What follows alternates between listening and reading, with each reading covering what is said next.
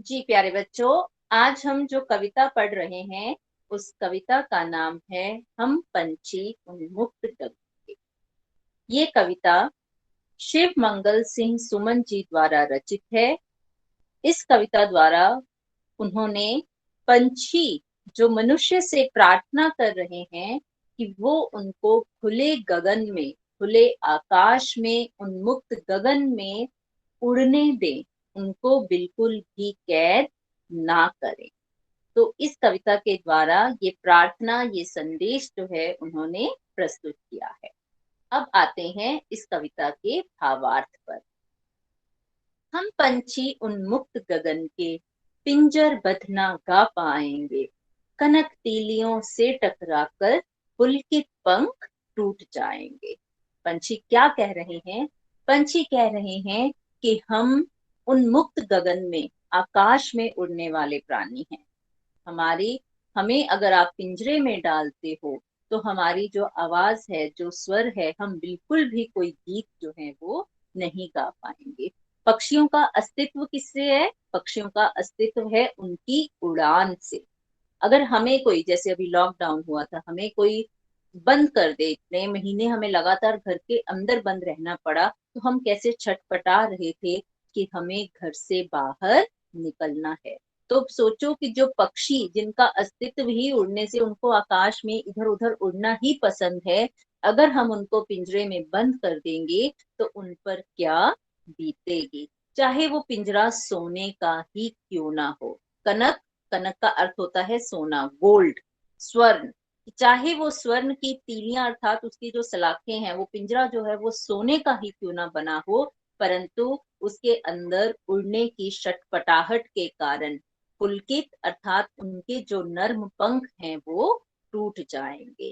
कनक तीलियां अर्थात स्वर्ण से बने पिंजरे की सलाखें।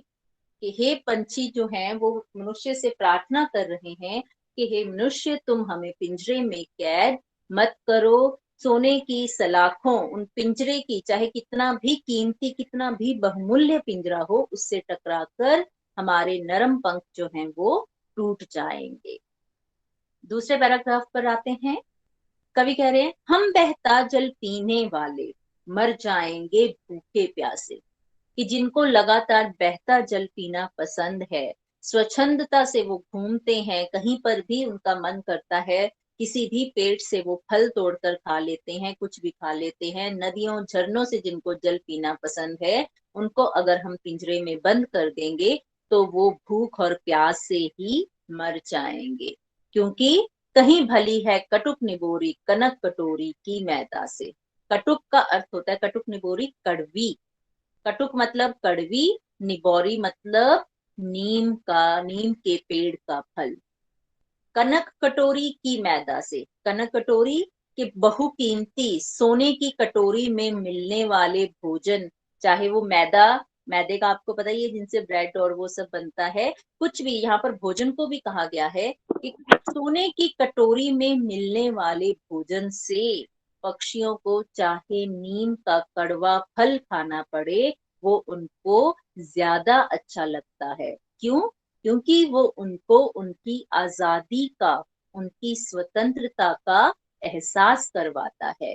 तो इसलिए वो कहते हैं कि हमें स्वर्ण कनुक, जो सोने का पिंजरा है उसके अंदर चाहे हमें कितने भी स्वादिष्ट व्यंजन मिले, पर वो हमारे लिए व्यर्थ हैं।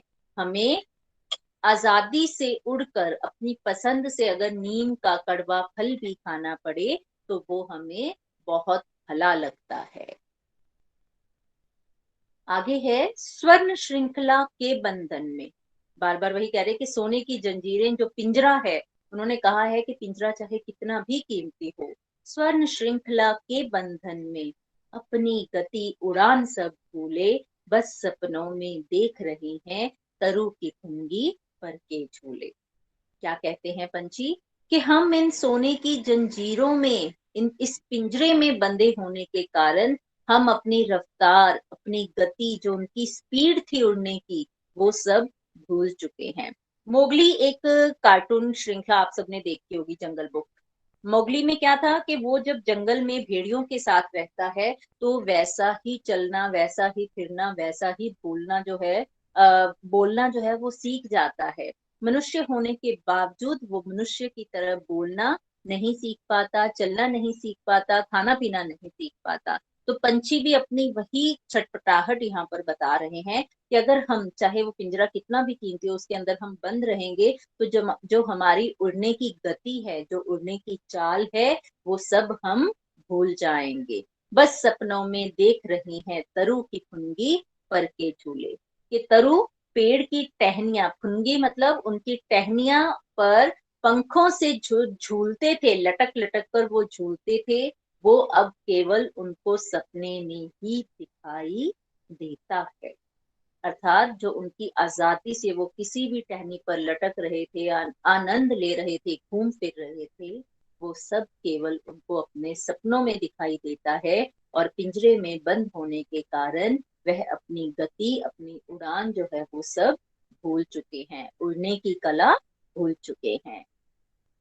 ऐसे थे अरमान की उड़ते, नील गगन की सीमा पाने, लाल किरण सी चोंच खोल, चुगते तारक अनार के दाने। क्या कह रहे हैं वो?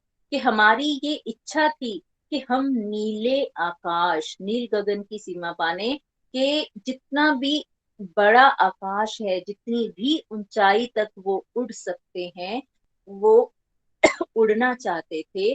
वो, और वो उनकी जो चोंच थोड़ी सी लाल रंग में भी दिखाई देती है, कि लाल किरण जैसी जो उनकी चोंच है उसे खोलकर वो तारे, अर्थात जैसे तारे ऊपर आकाश में दिखाई दे रहे हैं, ऐसे ही वो बिखरे हुए अनार के दाने जो हैं उनको चुगना चाहते हैं। कि आकाश की स्वतंत्रता में जो तारे अच्छे लगते हैं, ऐसे ही वो उसी स्वतंत्रता से उड़ते हुए अनार में जो, क्योंकि पक्षियों को फल खाने बहुत पसंद होते हैं, तो इसलिए कवि ने इन शब्दों का प्रयोग किया है। और तारक कहा जाता है तारे जैसे जो अनार के दाने बिखरे हुए हैं उनको वो चुगना चाहते हैं। चुगते मतलब चुग चुग कर खाना चाहते हैं। होती सीमाहीन क्षितिज से, होती सीमाहीन क्षितिज से इन पंखों की होड़ा होड़ी, या तो क्षितिज मिलन बन जाता, या तनती सांसों की डोर।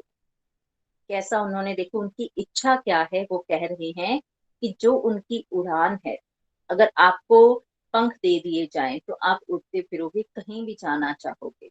अब जिन बच्चों को बाइक चलानी आती है उनका क्या मन होता है कि बाइक उठाएं और कहीं भी, जितना भी बाइक पर हम सफर कर सकते हैं, बाइकर्स आप देखते हो उनको बहुत पसंद होता है, जबकि वो सेफ्टी मेजर्स का भी ध्यान रखते हैं। तो इसी तरह पक्षी क्या चाहते हैं कि वह आकाश की अंतहीन जो सीमा है, जो क्षितिज, क्षितिज का अर्थ क्या है, जहां धरती और आसमान मिलते दिखाई देते हैं हमें, कि वो उस सीमा तक जिसका कोई अंत नहीं है, वो आकाश में वहां तक उड़ना चाहते हैं।